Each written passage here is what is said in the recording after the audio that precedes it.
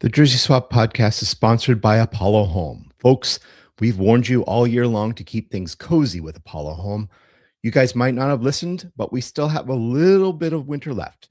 Peace of mind is worth the $29 tune-up. Get our great sponsor on your schedule soon. Give Apollo Home a call or visit them at apollohome.com. Hey, everybody. Welcome back to the Jersey Swap podcast. We're doing things a little differently today. We're coming off a big win last night against Tigres in the CCC, the CONCACAF Champions Cup, 3-0 in our books before we head out to Mexico. But before we do that, we've got a little bit more regular season matchup this weekend. So we're trying a recording here in the morning. I've got my coffee ready. I've got my original setup ready. I also have my main t-shirt on, my Portland Hearts of Pine kit, one of the best ones to come out this season. I'm wearing it because we're facing the New England Revolution. So my Bostonian blood comes out. It boils a little bit. So I always get excited for these types of recordings. Your orange and blue, they get to face them on Sunday, traveling up to Gillette Stadium to take on the Revolution in their home opener. There's so much soccer in bloom up there that we decided to bring in a guest and talk a little bit more about what soccer is like up in New England, especially with brand new coach and a brand new system. Welcome back to the show. He writes for Spotrac. He's written for Prost Soccer. But special guest to the show. We haven't had him on for a while, so I'm kind of surprised about that. But here he is, Caleb Pongratz. Welcome to the show once again, my dude. How you doing? Good. Thank you for having me on. Always happy to talk soccer, especially in the morning. Why not? Yeah. Let's start the day off right. Yeah, lift a cup of coffee here. There's a lot of caffeine to get through our systems for this weekend. I noted that it's been a while since we've had you on the show. What have you been up to? It's been 3 years, maybe 2.5. Yeah, it's been a while. Been a while. Just getting more experience with the game, and obviously have a new gig with Spotrac. I'm currently running all of their MLS content and data, so anything in regards to transfers, trades, starting to track injuries now, which is a headache in its own sense. Roster rules, salaries, the whole lot. So it's been really good. And then with Prost, obviously covering specifically the Revs, Rhode Island FC, Boston Legacy soon, and hopefully Hearts of Pine soon. We'll see. Obviously, I'm very inclined with all the different teams that are killing it in New England or are involved in New England. So it's very busy. It's a lot to stay on top of when you have multiple soccer teams in New England. Yeah, I mean, it's great to have 6 states to represent, let alone just 3. We've got the tri-state area here. But there's been such an explosion of soccer over the past year. I mean, Hartford Athletic won the USL Jägermeister Cup last year. Vermont Green won USL League 2 Cup. Hearts of Pine, their first season. You mentioned RIFC. They did really well last year. Both teams got very far in the postseason. And the Revolution are getting a soccer stadium pretty soon. We're crossing our fingers. Yeah, the expectation on that is, according to President Brian Bolello, they're going to push for 2029. The doors are open, but it's likely going to be a 2031 expected season start. Obviously, the location that they want to build on right now is currently a power plant. So they still need to tear that entire facility down, clean it up, then build. So do I think a soccer stadium is going to be up in the next 2 years? No. Probably going to be the 2030 date, but definitely an exciting time. And additionally, there is a new team in New England as well. Connecticut United is now joining the fray. So more and more soccer teams in New England. So it's great. It's great. They hung their first. We got an L from them. FCC2 faced them at home, and Connecticut United came through and just busted our gut right there. So. Yeah, a lot going on up there. I mean, I mentioned Vermont Green, Portland Hearts of Pine. They're actually facing each other in the U.S. Open Cup next week. Should be an incredible influx of just energy up there in New England. And once again, as a former Bostonian myself, my blood is boiling. I really want to see this happening up there. I brought you on the show so we can preview a little bit for this weekend's game. I do want to hit sort of the rewind button real quick and flashback to last season. Thumbs up. Last year, the Revs finished 11th in the conference, 23rd overall. And in the end, our good friend Caleb Porter, I say that tongue in cheek, gets the axe with 4 matches left in 2025. I guess the basic question is, in the end, what really didn't work with Porter as head coach? Yeah, I mean, Caleb Porter struggled to win mainly at home, but also on the road. New England, just plain and simple, were not good at home. Additionally, the Revs struggled to win a lot of games by 1-goal margins. If I'm not mistaken, it was 11 or 12 games that the Revs had lost by 1 goal. And it just wasn't good enough. I'm honestly surprised that Caleb Porter lasted until 4 matches left in the season. I had written an article post Caleb Porter firing about kind of his relationship with his players and some of the staff that I kind of heard throughout his time there. So unfortunately, Caleb Porter wasn't really a good guy to his staff and to the players around him. And I think towards the end of it, I think everyone was kind of sick of it. And I think change had to be made. It had to be made sooner. If I was in charge in New England, I would have made that change done in May or June. But obviously he got until September, and what happened. And now we're here. We're in a new world for the New England Revolution. It's a new light, and there's new sparks, I guess. Yeah, it certainly sounds like maybe, and I bring this up because I'm a fan of them, a Tottenham Hotspur situation where they left him there just to dry too long, and by the time it got too late in the season, there was nothing much to rescue. We'll see what happens with Spurs. That's a completely different discussion. But in the end, Pablo Moreira comes on as the interim. A small amount to show there. They did grab a win near the end of the season. Is there anything in the final stretch that you could have perceived as a building block for this upcoming season? I think honestly, the biggest thing that the Revs got from those final 4 games was belief. I think with Pablo Moreira coming in and giving his own energy, his own light, and his own system into the group, it instilled a positive energy in the group. And I'll be point blank honest. The game that the Revs won, I forget who they played. I believe was it Atlanta, I think, last 4 game of the year, and they won. Because it lost to Miami, Philly. I forget. I think it was Atlanta. It was a 2-0 victory over Atlanta in Foxborough. So, yes. And then he ended with a 2-2 draw against Chicago, who was bound for the playoffs as well. So good things to build on. Yeah. So when the Revs won that game against Atlanta, I've never seen a coach in my time as a journalist more animated about a win. I've also never seen the locker room that happy after a win since maybe April of that season.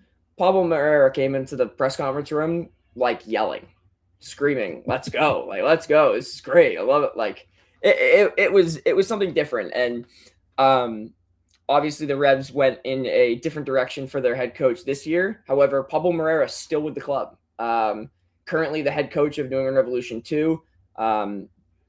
Working with an extremely good group down there.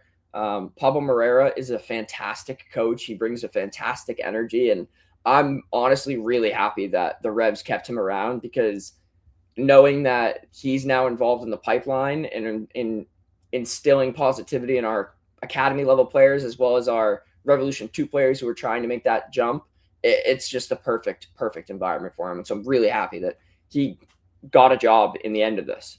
Yeah, and to have him still with the system, it feels good. We did the same thing with Ty Marshall when he was FCC 2 coach. I believe we brought him up just for the rest of the season to surf it out, and he went back down. And I think it was better for him in the MLS Next Pro system. But you do have Marko Mitrovic as your brand new head coach.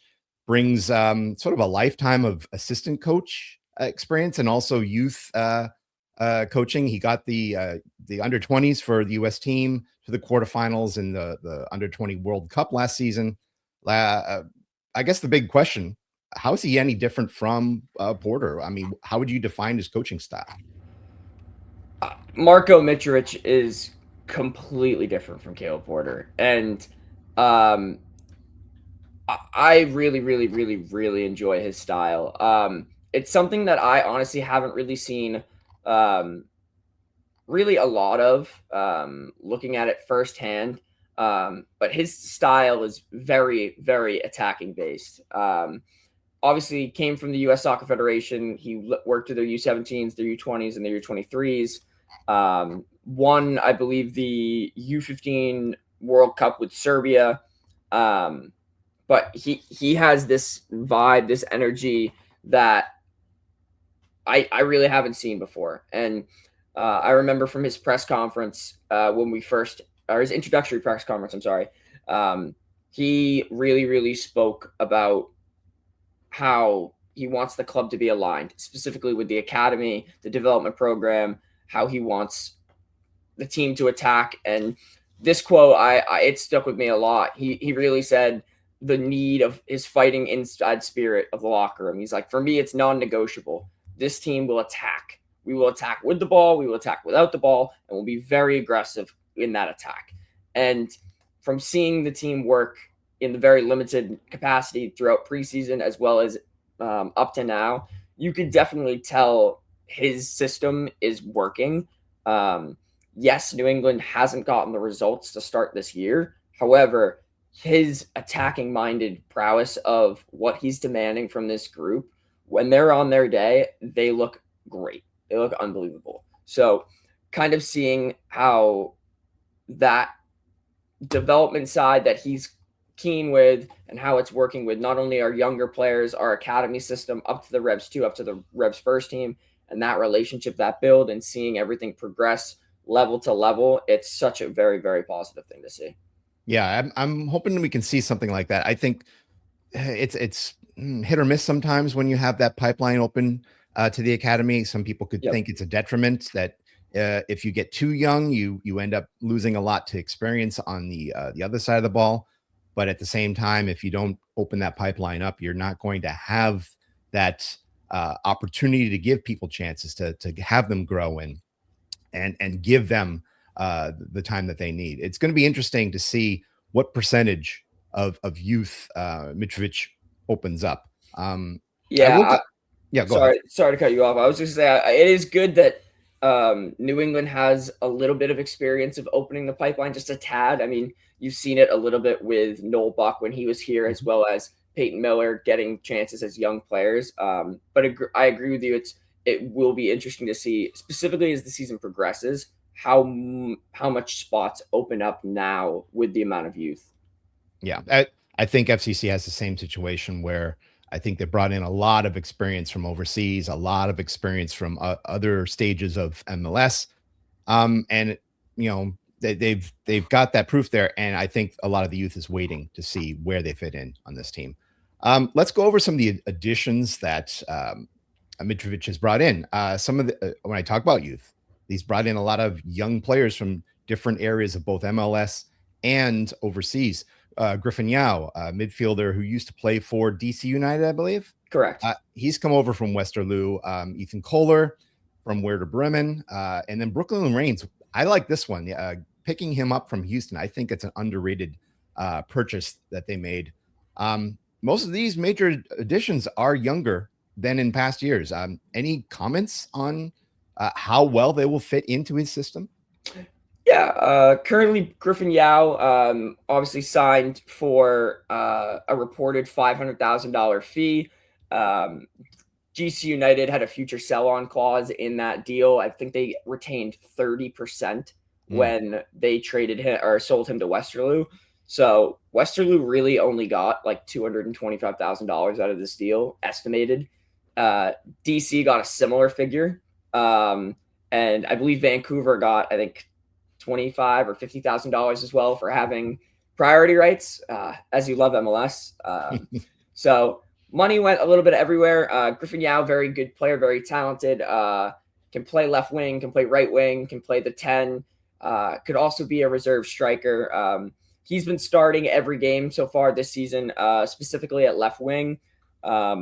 Definitely an attacking-minded player that kind of brings that edge, that type of level, that experience. Obviously, as a player that's played in Europe, so he's a great addition, or has been so far. Then additionally, going on to Ethan Kohler, defender from Werder Bremen, didn't really get a lot of time in Werder Bremen, spent a lot of it on loan. Young center back that played under Mitrovic. Yao additionally played under Mitrovic as well. All these players that have been signed in have played under Mitrovic, which is great. They've already played under him before. But Ethan Kohler, defender, very experienced, especially for a young age. When I spoke to Andrew Farrell about Ethan Kohler, he said he was an interesting one because he's very mature for his age.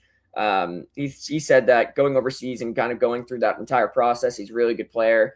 And a lot of the guys consider Kohler as a veteran, which is crazy for a 21-year-old or 20-year-old. Sorry. It's just his talkative nature on and off the field.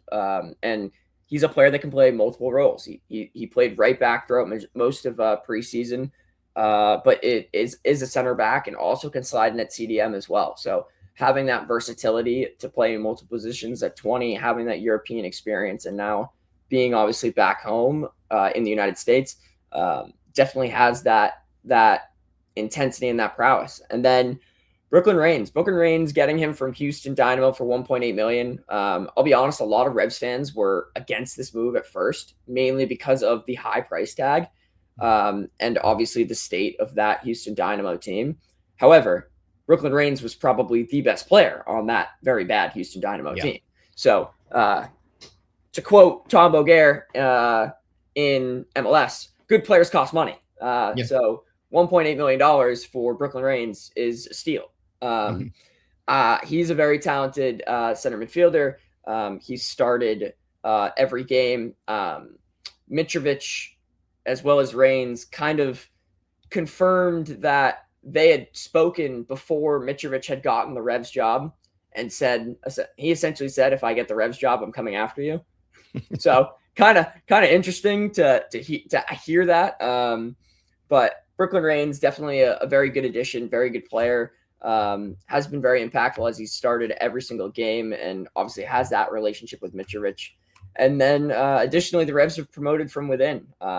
Cristiano Oliveira, player who is a part of the player pathway program, was signed to Revs too. They officially inked him to a first team deal on a homegrown player contract. Last year made 2 appearances with the first team, scoring the game winner in the U.S. Open Cup against Rhode Island FC. So he's a very talented player.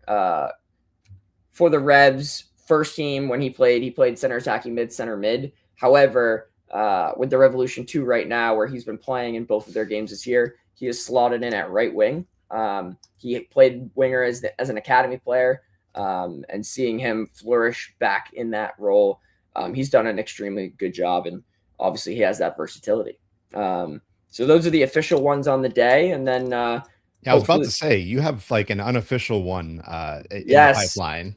Yes. So Diego Fagundes, the Revolution's first ever homegrown player, back in 2010, is going to be signing with the club. I was told yesterday that it was pending league and federation approval. Boston 25 News, their sports team, confirmed last night that Diego should be announced today. So it's really good to finally get him back in a New England Revolution jersey. Obviously spent the first 10 years of his career here, took a 6-year hiatus to go win an MLS Cup, and as well as play in Austin FC's. But obviously winning an MLS Cup with LA Galaxy, our bitter rivals. It's fine. It's great. Diego got a cup. That's all that matters. But really happy to have him back in the fray. Diego will probably slot in at left wing or right wing, albeit don't know if that is in a depth role or in a starting role.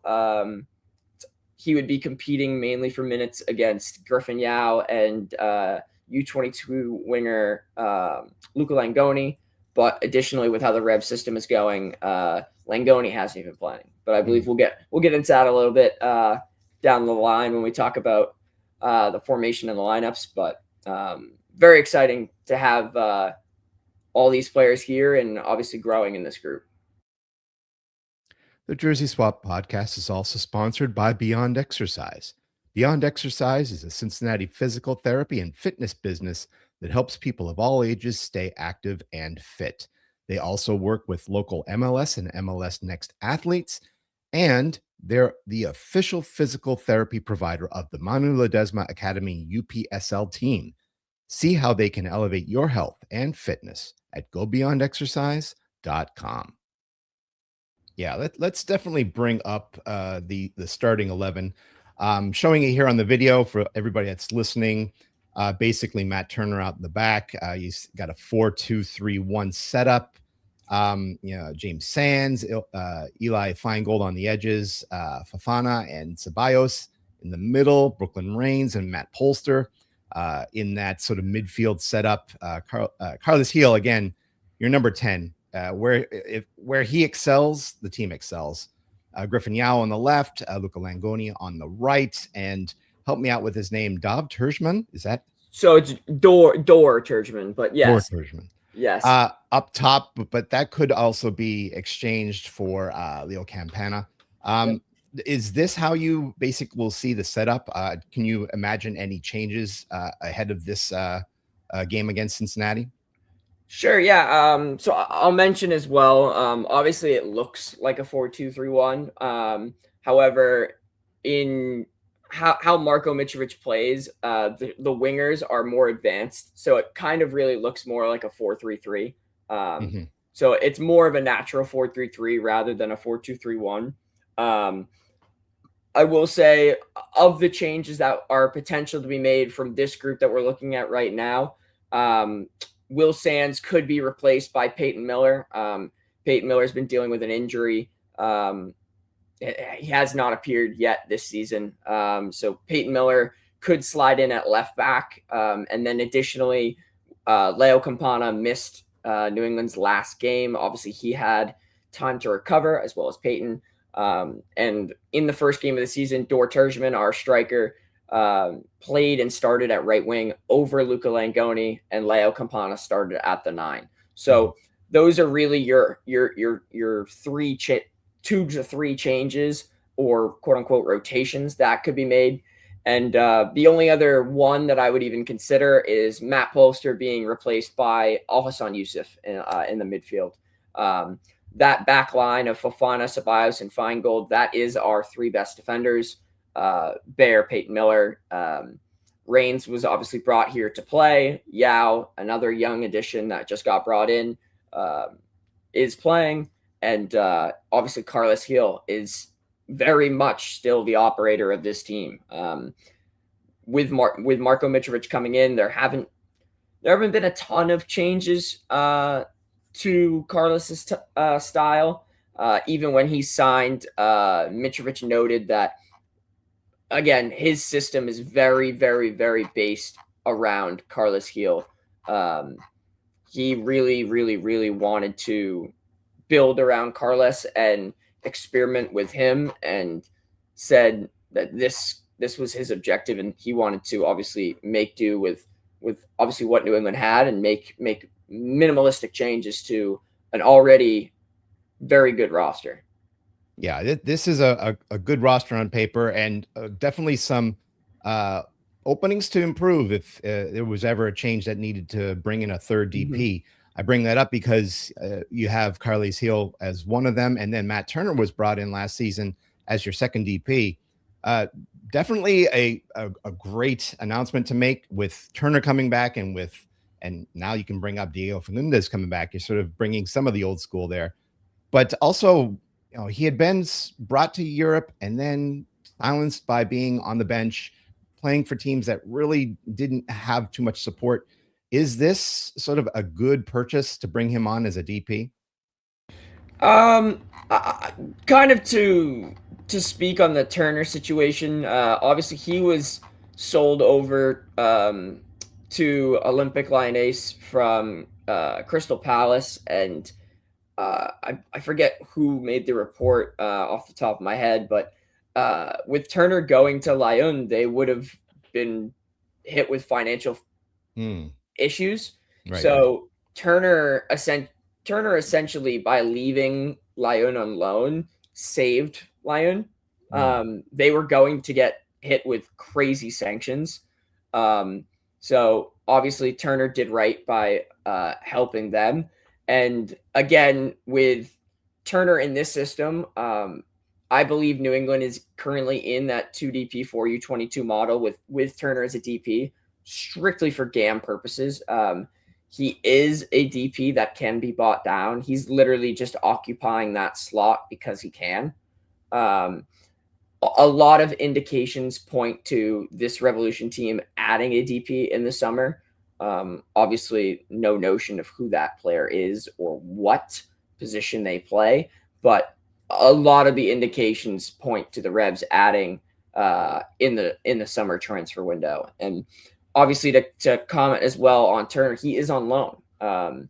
His loan ends June 30th, right around the World Cup time. So New England has to make a decision there on whether or not they want to sign him as the goalkeeper full time. That reported fee should be around $3 to $3.5 million. Again, it's a U.S. men's national team goalkeeper. Is he the number one right now? I'd say no. Is he the number two? 100%. I don't think there is a goalkeeper I don't think there is two goalkeepers that are from the United States that are better than Matt Turner right now. So obviously, do I think he's deserving of the designation? No, but he is occupying that spot because of kind of roster stipulations. Yeah.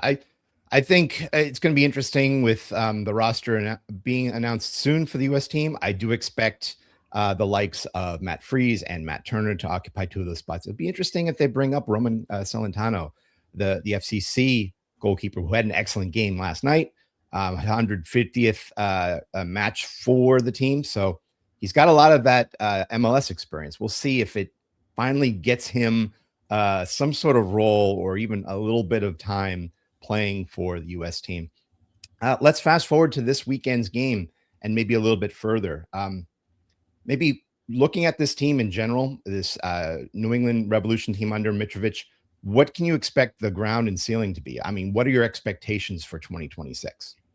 Yeah, I mean, with Mitrovic coming in his first year, especially with his background in U.S. soccer as well as youth international teams, he's a very low risk, high reward addition. When I see Marko Mitrovic, it kind of reminds me of what they're doing out in San Diego with Mikey Varas. So I would say the ground is probably 10th in the East, but I think the ceiling is not top five, but fifth. I have them finishing fifth in the East. I think New England got dealt a fairly busy schedule to start the year.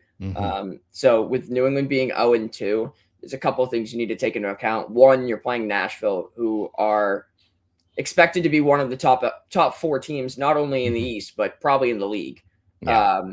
And then you're playing Red Bull on the road, who historically, since I was born, New England have only won there on the road 6 times. Yeah.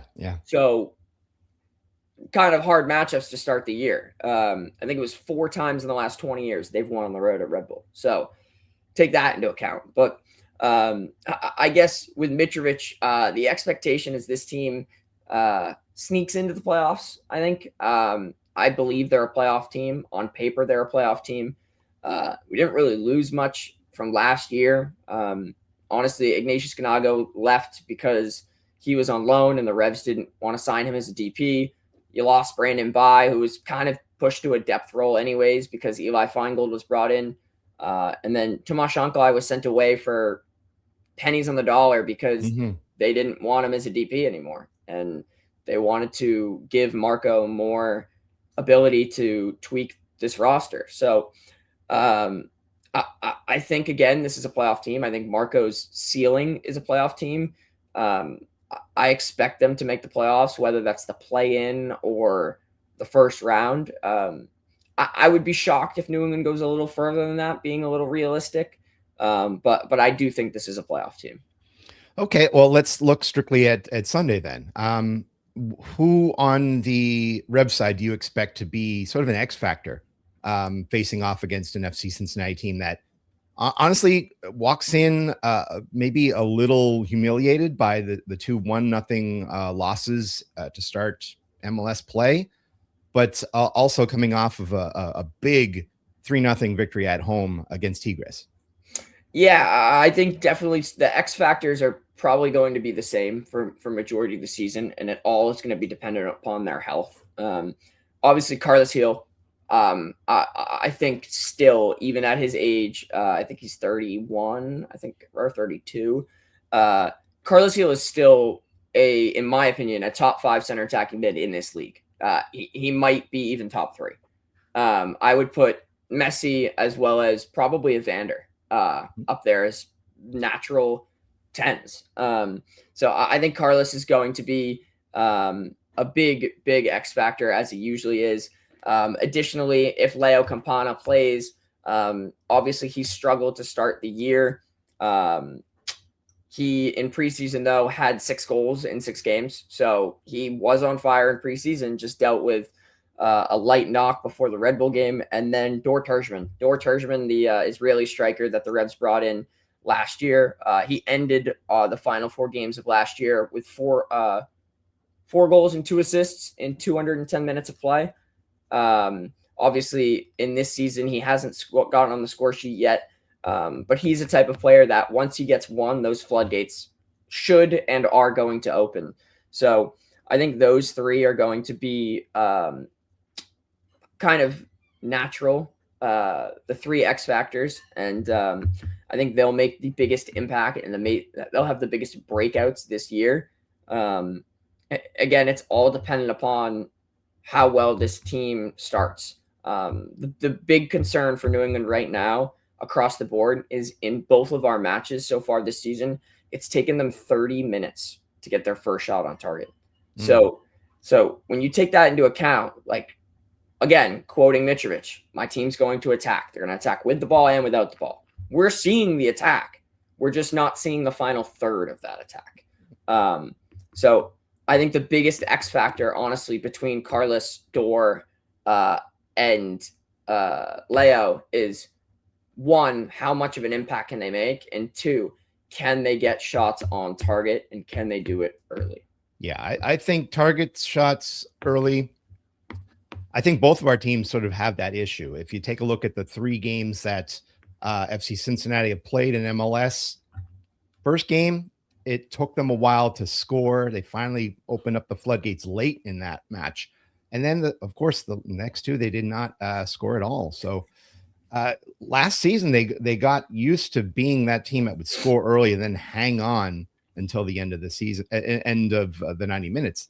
They've got to find the goal early in this game.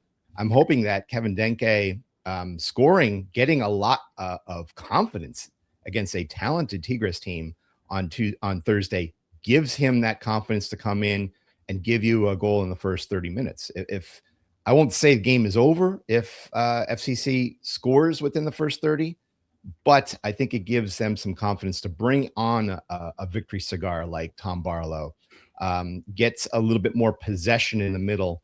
I'm hoping that Echenique and Ramirez can sort of be those wingers that we brought them in to be. We really need to have that type of aggression on the edges that we saw back in 2023 when Alvaro Barreal was let loose with Lucho Acosta. This team is definitely constructed differently. So if you get Evander, who granted he might not be 100%, but at 70%, if you can get him out there for 60 minutes and try to end this game early, then I think you're in a better situation than you were in the past 3 games. Yeah, for sure. I think New England's biggest focus right now, obviously noting that Cincinnati's coming off of a league play loss as well as a favorable result against Tigres. New England obviously also had a week off to prepare for Cincinnati, so I wouldn't be shocked if they have been specifically focusing on how to contain Evander and their wing play. But again, I think New England's hopefully done their homework. And again, it's going to be an entertaining game this weekend. Playing on grass at Gillette for the first time in a while. Wow. Temperature is going to be around 40 degrees, so should be clear. But that's soccer in New England, and with the schedule change coming, people are going to have to get used to it anyways. So let's see how well that people deal with playing at Gillette Stadium. I mean, you say it should be clear. I want to see the orange ball come out. I haven't seen that in a while at Gillette Stadium. Carlos Gil does not want to see the orange ball come out. He does not. So let's do our quick expectations. Give me a prediction in this game. What you expect to come out of this result between Cincinnati and New England? Yeah, I think both teams honestly struggle. I think both teams score. I think they both score twice. I think it ends 2-2. But I don't see a winner in this game. I think Cincinnati are going to come in a little overly confident from their Tigres win. That's just my opinion. And I think New England is going to get a lead early, and then they're going to let it slip away. I think it's going to go 1-0 New England. Cincinnati's going to crawl back and make it 2-1, and then New England are going to rescue it late. I think Dort Terjman gets on the score sheet. Again, I think he's going to be the X factor of this season, and I hope I'm right when it comes to Dort and New England, but I don't see a winner in this one, at least at this point in the season. I see a draw. Yeah, I think as much as the Thursday result would concern you in terms of like fitness levels, I'm glad to see that they had Gilberto Flores and Teenage Hadebe backing up Miles Robinson in the back, so that the likes of Matt Miazga is fully rested and could come off the bench late in this game to preserve any sort of lead. I predict a 2-1 victory for FCC. I'm not going to predict who scores, but I do think they finally break out of their shell earlier in the game. Now that they've got a little bit of witness in terms of how to progress this ball around the midfield. It's important that they get this midfield set correctly, that Pavel Buka and whoever's with him, whether it's Samuel Guidi or Obi Nwobodo, that they can progress this ball properly to their channels. They weren't able to do that last season, and I think that's where some of the offense got stuck. So I'm going to say 2-1 building block, and then we go in, hopefully Mexico. I'm not looking too far ahead, but if we can go to Mexico and grab a goal there, I think it's smooth sailing until the international break. For sure. I'm not ignoring my guest next week, Montreal. We see you guys on the horizon as well, but it's one game at a time. I want to thank you for your 40 minutes with us, Caleb. I'm going to open up the floor here and tell me what you're up to, where we can find you. The floor is yours this Friday morning, my man. Sure. Yeah. You can find all of my articles either at prostinternational.com or spotrac.com. For Spotrac, covering all their MLS content and data, as well as more league-related stuff, where with Prost, you'll see my coverage of New England Revolution, New England Revolution 2, as well as Rhode Island FC. So those are for articles and overall MLS content data. But you can find me on Twitter or X at Caleb Pongratz 10, and then at Blue Sky at Caleb Pongratz. Those are really the two main platforms. If you want to follow my Instagram, it's Caleb_Pongratz. But majority of my work is Twitter/X and Blue Sky. Yeah, lots going up there in New England. RAFC open up their season. Same thing with Hearts of Pine going down to the New York Cosmos are back, folks. Be an outstanding game to see that. Once again, Vermont Green and Portland start their U.S. Open Cup treks, as well as RAFC and Hartford Athletic. There's a ton going on up there. Even the Revs, too, are facing FC Cincinnati, too, around the same time. So a ton going on up there. And Boston Legacy tomorrow. Boston Legacy opens up their slate as well. NWSL we wish we had that type of coverage here. There's way too much going on all at once, and hopefully soon the next time you have someone on, probably USL to New Hampshire will be official. That's right. That's right. That's been in the works for about 2 years now. We'll see. At some point, they're going to have a 6-state tournament. They're going to have to open up something like that. The Revs are looking forward to finding out eventually who from New England of the many teams are they going to play in the U.S. Open Cup, because it's going to be one of them. I wish Western Massachusetts was in this tournament too. Pioneers got to get in there. Go Pioneers. But ignoring all of New England, if you want to cover Cincinnati, if you want to listen to more Cincinnati coverage, let's plug my aspects here. Go to CincinnatiSoccerTalk.com. We've got all your written coverage. We've got our live show on Monday. We've got our midweek coverage here with Jersey Swap. Go to Blue Sky, go to X, go to Instagram. Usually we're under Cincy Soccer Talk. We even got a great amount of Facebook presence. And go to your favorite podcast stations. Apple works for me. I'm sure it works for a lot of other people as well. But until that game gets played, we're just all friends right here, exchanging kits.